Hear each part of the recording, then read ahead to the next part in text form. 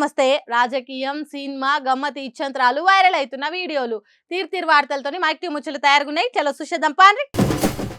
ఇక మొదలు పెట్టుండ్రి ప్రయాణాలు. ఓ దిక్కు బడి పిల్లల చదువులు ఒడిసే, ఎండాకాలం సెలవులు వచ్చినాయి. ఇక ఊర్లో ప్రయాణాలు చేద్దాము, టూర్లకు గుళ్ళు గోపురాలకు పోదామంటే బస్సులు బంద్ అయినాయి. ఆర్టీసీ కార్మికులు సమ్మె చేసిండ్రు. ఉత్త సమ్మె చేసుడే కాదు, కాంగ్రెస్ సర్కారు మెడలు వచ్చినంత పని చేసిండ్రు.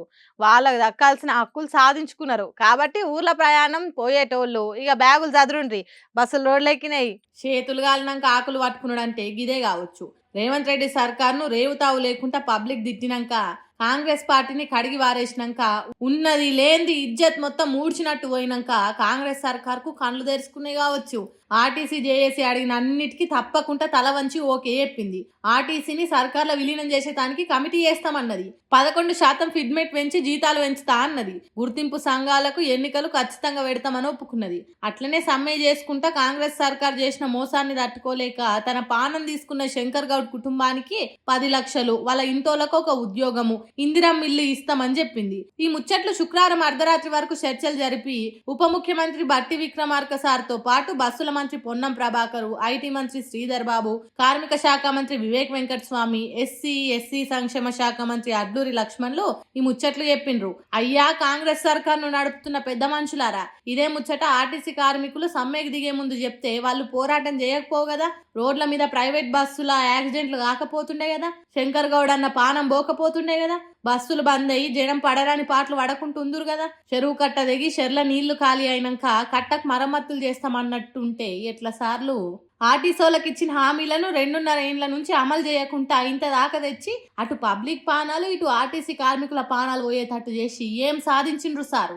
ఆఖరికి కాంగ్రెస్ సర్కార్ పరవేవాయే. అందుకే నష్టం జరిగినాక మెలుకున్నోడు కాదు, ఆ నష్టం జరుగుతుందని పసిగట్టినోడు, ఆ నష్టం జరగకుండా అరికట్టినోడు మొనగాడు. కాబట్టి ఇప్పటికైనా జర మంచిగా పరిపాలన చేయండి రాష్ట్రాన్ని అని అంటుర్రు కాంగ్రెస్ సర్కార్ పనితనం చూస్తున్న తెలంగాణ పబ్లిక్. పార్టీ పెట్టడంటే పాండబ పెట్టినట్టు అనయ్యా, పెడితే తెలుస్తుంది దాని మోసడు ఎంత కాతుంటుందో. నాకు తెలుసు, చిరంజీవి అనేటోని చూడలేదా మనము, కట్టెల మోపు ఎత్తేసినట్టు ఎత్తేసిండు. అబ్బా దిగిపోయిందిరా పీడ అన్నట్టు పార్టీ పెడితే తెలుస్తుంది. అంత ఈజీ ఆ పార్టీ పెట్టుడు అంటే. ఇంకోటి చెప్తున్నా బ్రదర్, మీకు వ్యక్తులు పార్టీలు పెడితే నడవయి. వట్టిగా చెప్తలేను, అనుభవంతోని అవగాహనతోని చెప్తున్నా. It is always equation and situation, not individual అని కేసీఆర్ చెప్పిన వీడియో వైరల్ అవుతున్నది.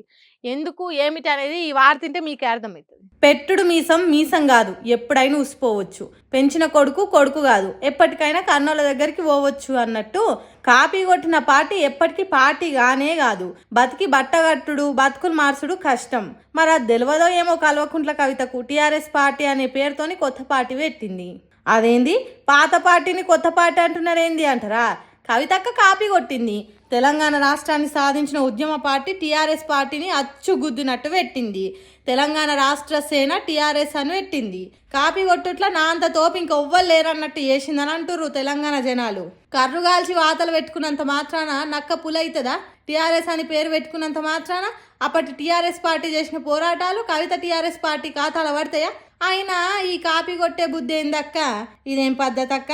ఇంటి పేరు తండ్రిదే, పార్టీ పేరు తండ్రిదే. ఉద్యమ కాలంలో పెట్టిన జాగృతి అనేది కూడా తండ్రి దయతోనే నడిచింది. ఆఖరికి అనుభవించిన పదవులు కూడా తండ్రి ఇచ్చినాయే. ఇప్పుడు అదే తండ్రి మీద ఫైటింగ్ చేసేదానికి పార్టీ పెడితే ఎట్లా కవిత కానంటారు జనాలు. అంటే సొంతంగా ఏ ఆలోచన చేయలేదు, కవిత ఏది సొంతంగా సాధించలేదు అని అంటున్నారు. ఏమనంటే కేసీఆర్ మారిండు, మన మనిషి కాదు అని అంటున్నావు. 10 ఏళ్ళల్లో ఎన్నడూ రాని ఆలోచన ఇప్పుడే ఎందుకు వచ్చిందక్క? మారింది కేసీఆర్ కవితో తెలుస్తున్నది అని అంటున్నారు. కాపీ కొట్టి పెట్టిన పార్టీకి సభ పెట్టి కన్న తండ్రి కేసీఆర్ సార్ను పరిణతి లేకుండా మాట్లాడుతుండని మాట్లాడినందుకు బగబగ మండుతున్నారట తెలంగాణ జనాలు. నీకున్న ఆ మాత్రం పరిణతి, తెలివి, జ్ఞానము, బుద్ధి తండ్రి నుంచే వచ్చిందనేది మర్చిపోయి మాట్లాడితే ఎట్లా కానంటుర్రు. పరిణతి లేకుండానే నిన్ను ఎమ్మెల్యేని చేసిండా? పరిణతి లేకనే నేను ఎంపీని చేసిండా? కష్టకాలంలో తండ్రి పక్కకుండి పార్టీ బాగుపడే పనులు చేయాలి కానీ తండ్రికే పోటీగా పార్టీ పెడితే ఎట్లా కానంటుర్రు. కేసీఆర్ సార్ లేకుంటే నువ్వు ఎవలో తెలంగాణ జనాలకే తెలియకపోయేది. ఆసోంటిది నువ్వు కేసీఆర్ సార్ను అనేంత పెద్దదానివైనవా? సరే పార్టీ పెట్టుకుంటే పెట్టుకో, కానీ సొంత లాభాల కోసం, పగలు ప్రతీకారాల కోసం, తొత్తుల తిరగ పని చేయడం కోసము, పదవుల కోసం పెట్టిన పార్టీలు ఎన్నో పుట్టినాయి, మాటిలా కలిసినాయి. కేసీఆర్ సార్ అన్నట్టు పార్టీ పెట్టుడు అంటే ఆషామాషి కాదు.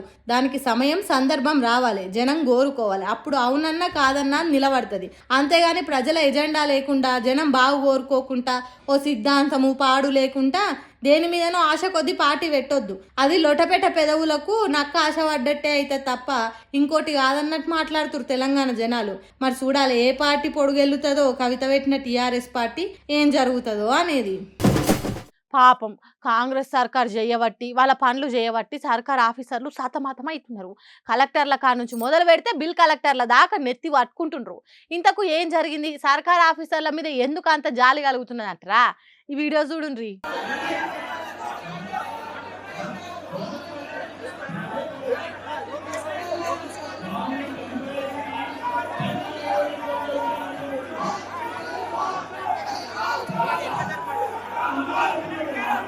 కొమరయ్య చేసిన తప్పుకు మల్లయ్యకు కొరడ దెబ్బలు పడ్డట్టు అవుతున్నది సర్కార్ ఆఫీసర్ల గతి. చూసిండ్రా మెదక్ జిల్లా కలెక్టర్ ప్రతిమా సింగ్ మేడానికి ఎసోంటి కష్టం వచ్చిందో.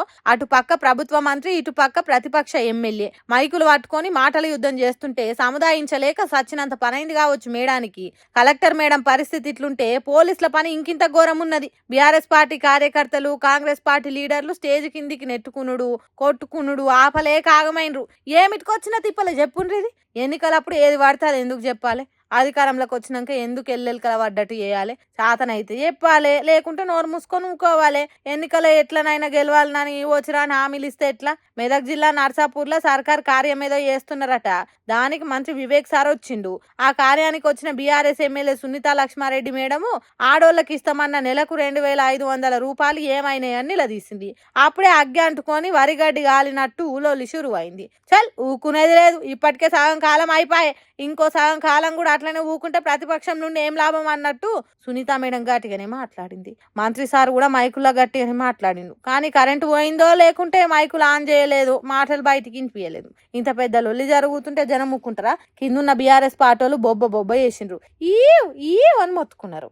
అది చూసి కాంగ్రెస్ పార్టీలు కస్సు బుసుము అన్నారు.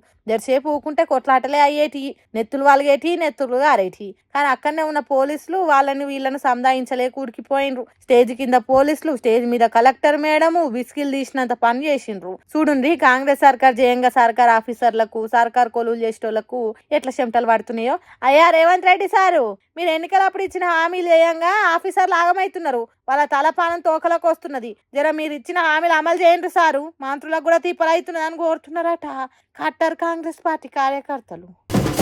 మొన్న పార్లమెంట్లో బీజేపీ ఎంపీ తేజస్వి సూర్య మాట్లాడిన మాటలను తెలంగాణ సోయి ఉన్నోళ్ళు, బుద్ధి జ్ఞానం ఉన్నోళ్ళు ఎవరైనా తప్పనే అంటారు. ఏ కొద్దిగా తెలంగాణ మీద ప్రేమ ఉన్నా ఆ తేజస్వి సూర్యని తిట్టిన తిట్టకుండా దుమ్మెత్తి పోస్తారు. కానీ మన ఎంపీ అరవింద్ సార్ మాత్రం అట్లా మాట్లాడు తప్పే కాదంటున్నాడు.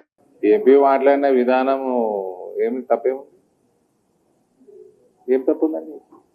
ఇండియా పాకిస్తాన్ విభజనలో చాలా అతలాకుతలమైంది. 10,000 మంది చనిపోయిన అనవసరంగా. ఇక్కడ కూడా 2009లో స్టేట్మెంట్ ఇచ్చి వెనక్కి తీసుకొని భగ్గుమన్న తెలంగాణలో 100 మంది 9 నుంచి 14 మధ్యలో చనిపోయినరు. 2009లోనే ఇచ్చేయాలా? 2004లోనే కమిట్ చేసిండ్రు వీళ్ళు మేనిఫెస్టోలా. ప్రభుత్వంలోకి రాగానే కాంగ్రెస్ ఇచ్చేయాలా? 2009లోనే కనీసం ఇవ్వాలి. రాజశేఖర రెడ్డి చనిపోయినాకన్నా గమనం ఇచ్చేస్తే అయిపోతుండే. దానికి తోడు ఒక స్టేట్మెంట్ ఇచ్చి రిటర్న్ తీసుకొని ఇంకా దానివల్ల బగ్గుమని 100 మంది చనిపోయినరు. ఇదంతా అనవసరము అన్నది ప్రక్రియని తప్పుపట్టిండు ఎంపీ. అబ్బబ్బబ్బబ్బా, ఏం చెప్తిరి?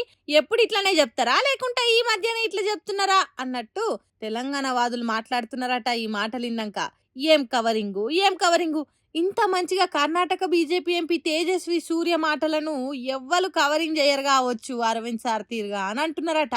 అరవింద్ సార్కు మాత్రమే ఇది సాధ్యమవుతుందని అంటున్నారట తెలంగాణ వాళ్ళు. నిండు పార్లమెంట్లా కర్ణాటక బీజేపీ ఎంపీ కించపరిచినట్టు మాట్లాడితే మన ఎంపీ షోలా పెద్ద పువ్వు పెట్టినట్టు మాట్లాడుతున్నాడు అని అంటున్నారు.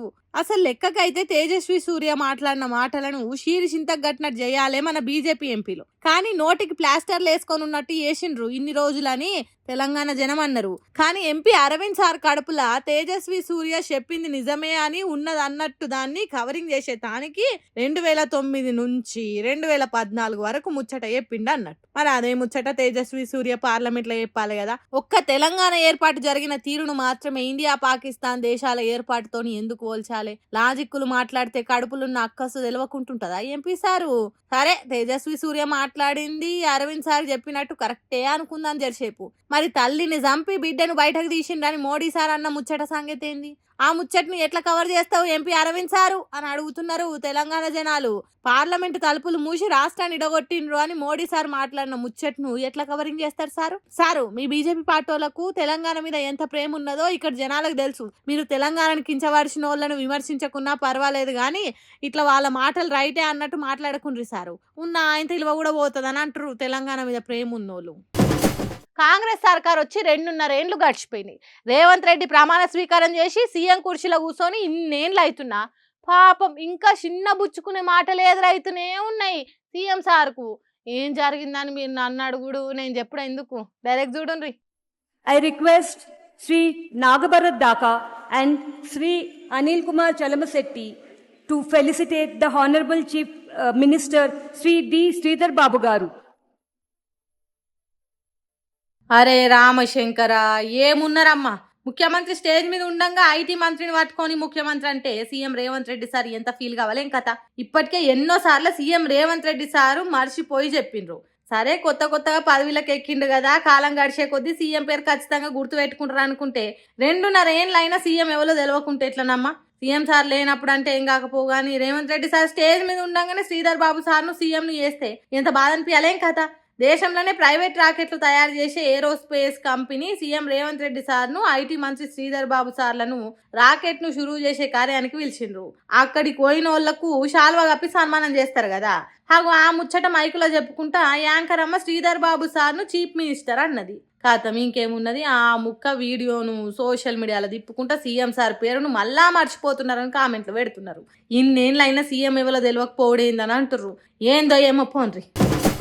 ఏందో ఏమో కానీ కాంగ్రెస్ సర్కార్ గాశరమి మంచిగా లేదో లేకుంటే వాళ్ళ పనితనం మంచిగా లేదో తెలియదు కానీ రోజుకో లొల్లి మోపైతున్నది. ఆర్టీసీ సమ్మె ఓడిచి ఒక్కరోజు కూడా కాలేదు. ఇవాళ ఆటో డ్రైవర్లు సమ్మెకు దిగిండ్రు. హైదరాబాద్ మొత్తం ఆగమాగమైతుంది.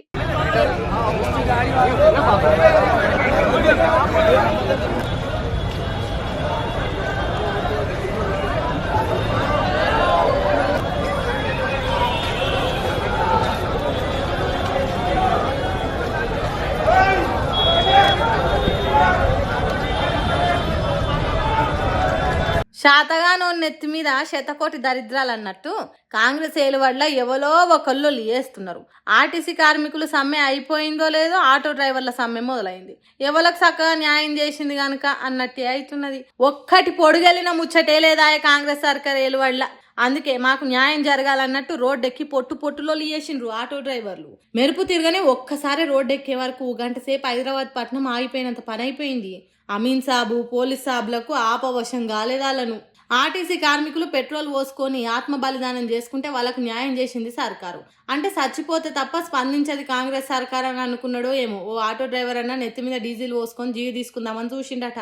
ఆర్టీసీ కార్మికులను సర్కార్లో విలీనం చేసుకోవాలని కొట్లాడిండ్రు. మరి వీళ్ళెందుకు పోరాటం చేస్తున్నారంటే ఆటో మీటర్ మీద ఛార్జీలు పెంచాలన్నట. జిల్లా ఆటోలను హైదరాబాద్లకు రాకుండా కట్టడి చేయాలన్నట. బయట నుంచి సిటీలకు ఆటోలు వస్తే పట్నం నుండే పొట్ట కూటికి వెళ్లకుండా అవుతున్నదట. అందుకే సీఎం డౌన్ అని మొత్తుకున్నారు.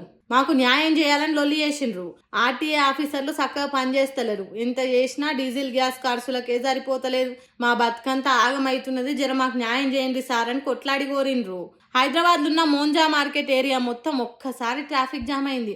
బస్సులు, కార్లు, బండ్లు జానెడు కూడా కదలలేదు. అయ్యా సీఎం రేవంత్ రెడ్డి సార్, జరగా ఆర్టీఏ ఆఫీసర్లను గట్టిగా పనిచేసేటట్టు చూడండి సారు. బయట నుంచి వచ్చిన ఆటోలు చేయబట్టి బతకలేకపోతున్నారట. వాటిని లోపలికి రాకుండా చేయండి సారు. పట్నంలో కాంగ్రెస్ పార్టీ ఎమ్మెల్యేను గెలిపియలేదని ఆటో డ్రైవర్ల మీద పగబట్టినట్టు చేయకుండి సార్ అని కోరుతున్నారు ఆటో డ్రైవర్ అన్నలు. మరి సర్కార్కు వీళ్ళ సరుకు దాకి మళ్ళా గడబిడ కాకముందే చర్యలు తీసుకుంటారో లేకుంటే గాలి కొదలు పెడతారు. సుషరానులా నేను పట్టుకొచ్చిన ముచ్చట్లు ఎట్లున్నాయో ఇంకిన్ని ముచ్చట్లతోటి మళ్ళా కలుద్దాం. అప్పటిదాకా చూస్తానే ఉండరు మన మైక్ టీవీ ముచ్చట్లు.